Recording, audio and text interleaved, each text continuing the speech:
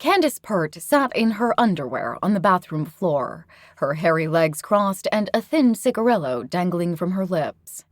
Her 4-year-old son, Evan, and his teenage babysitter, Deborah Stokes, stood rapt as she struggled to inject a squirming rodent.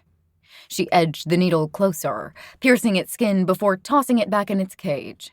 Once dressed, she'd call morgues for cadavers before driving to her lab to behead hamsters, gouging out and blending their brains into a frothy soup for study. I'd never known anyone like her, Stokes says. Candace lived for science.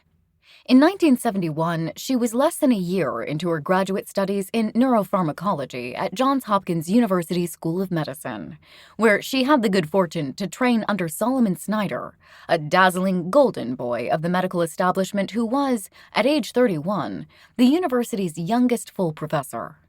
As a neuropharmacologist and psychiatrist running the PhD program, Snyder was pursuing exactly what Candace longed to do.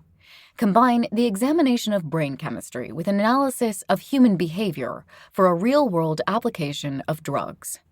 Better still, he was part of a scientific dynasty that linked the profession's best and brightest, a lineage that electrified their field.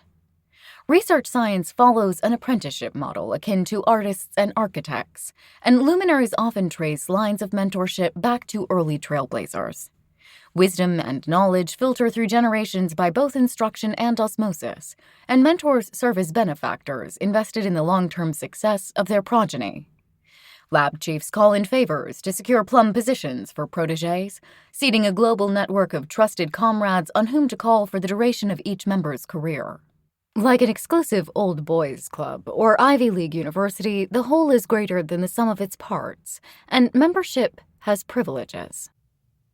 In science, it is said that 90% of groundbreaking discoveries are made by a select 10% of investigators, and this elite cohort just happens to be the same web of scientists descended from pioneers.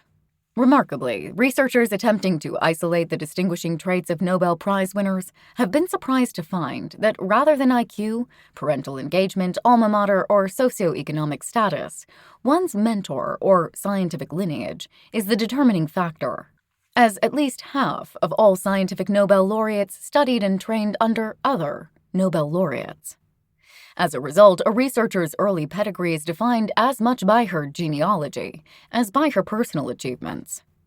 Candace knew that in joining Saul Snyder's lab, she was being adopted into a scientific royal family, receiving keys to the kingdom.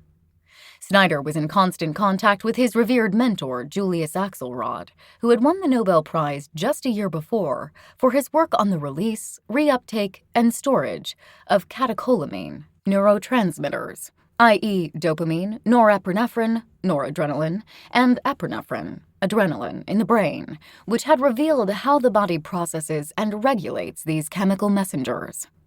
And Axelrod, for whom Snyder had worked as a research associate from 1963 to 1965, had trained under Bernard Beryl Steve Brody, the veritable father of modern neuropharmacology, the study of how drugs impact the nervous system to influence behavior. Brody was credited with originating an entire field with his leading-edge demonstration of how the human body interacts with and transforms the chemicals it absorbs.